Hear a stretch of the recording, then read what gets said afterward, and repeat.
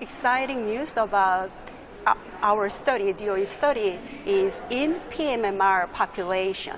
When you add olaparib to immunotherapy, Durvalumab, in maintenance phase, you decrease the risk of the recurrence as well as prolong the response to treatment 18.3 months. This is all exciting news happy to share with you guys today.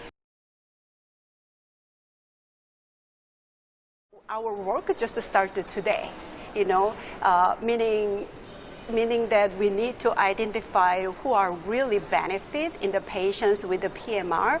We also need to know what is overall survival data. Once we mature, we love to share the data with the society, with you, but also that biomarker, it is the next step. We'll tease out which is the patient's group will be most of the benefit from this combination, olaparib and the Durvalumab as a maintenance phase in the endometrial cancer.